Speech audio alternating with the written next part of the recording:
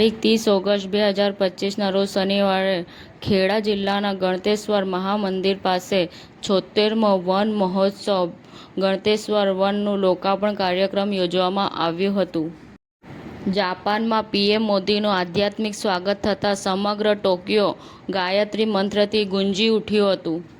મુખ્યમંત્રી શ્રી ભૂપેન્દ્ર પટેલના અધ્યક્ષસ્થાને ખેડાના ગણતેશ્વર ખાતે 76મો વન મહોત્સવ યોજાયો. ઉત્તરાખંડમાં વાદળ ફાટવાથી અચાનક પૂર અને ભૂસ્ખલનમાં 5 લોકોના મોત, 11 લોકો ગુમ.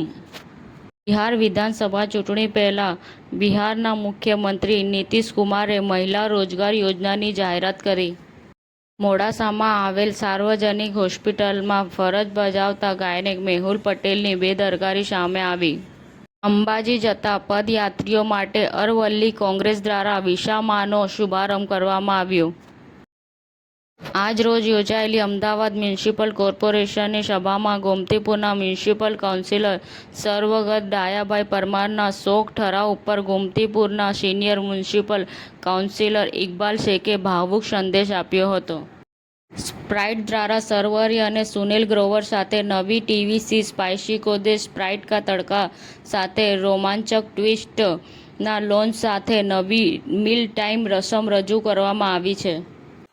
સમાચાર ટુડે ન્યૂઝ ચેનલની ટીમ અને જે સત્ય છે તે જ બતાવશે. આપ જોતા રહો સમાચાર ટુડે ન્યૂઝ ચેનલ. ગુજરાતની ધરતીનું ગુજરાતીઓ માટે જ, એટલે કે સમાચાર ટુડે ન્યૂઝ.